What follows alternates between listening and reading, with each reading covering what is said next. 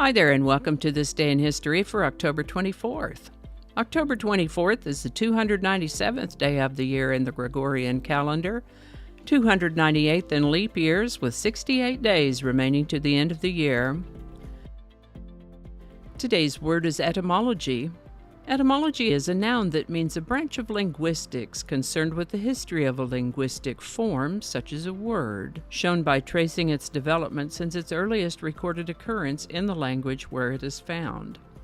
Tracing its transmission from one language to another by analyzing it into its component parts, identifying its cognates in other languages, or by tracing it and its cognates into a common ancestral form in an ancestral language. The word etymology comes to us through Latin, originally from Greek, ultimately from etymos, which meant true, and logos, which meant scholar. Wherever you see the suffix ology at the end of a word, it indicates the study of whatever the first part of the word is.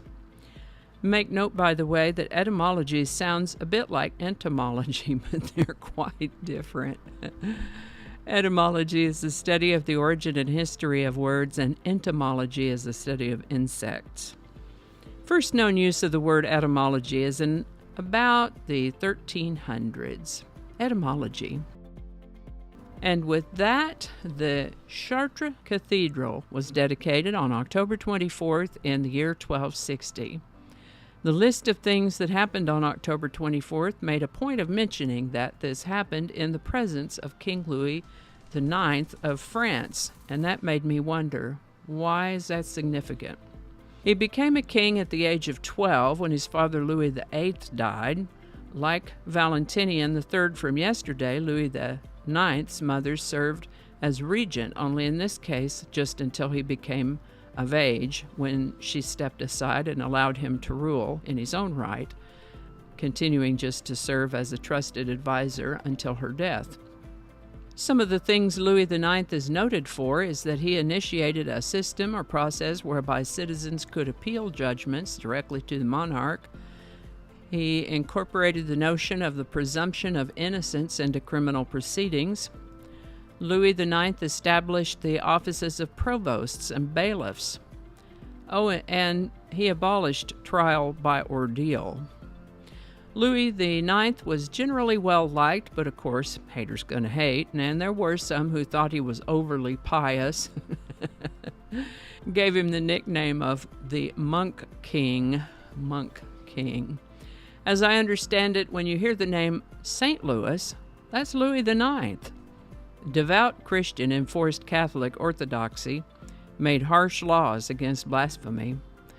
Louis IX was not so gracious towards the Jewish population, but that's likely because they didn't happen to be devout Catholics. Anyway, the Chartres Cathedral, located about 80 kilometers or 50 miles southwest of Paris. Most of the construction of the current cathedral took place between 1194 and 1220, and it stands on a site that has had a cathedral on it since the 300s. Some were lost to fire, some were damaged by acts of war, but always rebuilt a cathedral on that site. The current building is one of the best-known examples of Gothic architecture. Today's item simply notes a reconsecration of the cathedral, and King Louis IX just happened to be there. The Wall Street crash, known as the stock market crash of 1929, or the Great Crash, was a major stock market crash that occurred in late October 1929, beginning on October 24th and continuing until October 29th, 10/29/29, which was Black Tuesday. Share prices on the New York Stock Exchange collapsed. Now, this is the birthday of a fellow named Giles Perry Richardson Jr., went by J.P. Richardson, born October 24th, 1930. He was a singer-songwriter, popular in the 50s. You're more likely to have heard of him by his stage name, the Big Bopper. He got his start in showbiz, as so many folks did back then, working in a radio station. There are 3 songs for which he is best known: White Lightning, which became a #1 country hit for George Jones; Running Bear, which became a #1 hit for Johnny Preston, and I think we might have talked about that one before for Song of the Day. And Chantilly Lace, which we'll talk about in a minute.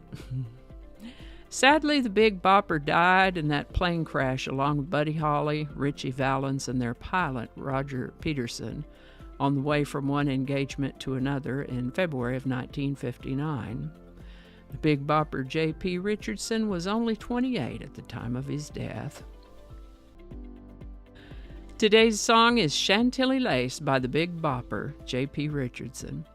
Released in 1958, Chantilly Lace made it into the top 10 on the Billboard Hot 100 and has been covered by other artists like Bruce Channel in 1962 and Jerry Lee Lewis in 1972. This was J.P. Richardson's first release as the Big Bopper, and interestingly was intended to be the B-side of the record. The intended A-side was a song called The Purple People Eater Meets the Witch Doctor, a parody of the songs The Purple People Eater by Sheb Wooley and The Witch Doctor by David Seville. Turns out the radio DJs playing the record and the listening public preferred Chantilly Lace, so there you go. Chantilly Lace by the Big Bopper. Link in the description. And I think that's going to do it for us today. Thank you so much for watching. Consider subscribing if you haven't already. Feel free to share this video with the link in your email, messaging, or social media. If you enjoy this series, you can check out the playlist that contains these videos. I'll put a link to that in the description. That description lives on YouTube, so for other platforms, I'll include a link to my blog page called No Really. You can also find me on Rumble, BitChute, and Odyssey. All those links in that description. Alrighty, that's all I can think of right now. Thanks again, and I'll see you next time. Alrighty, back to work. I think we got it this time.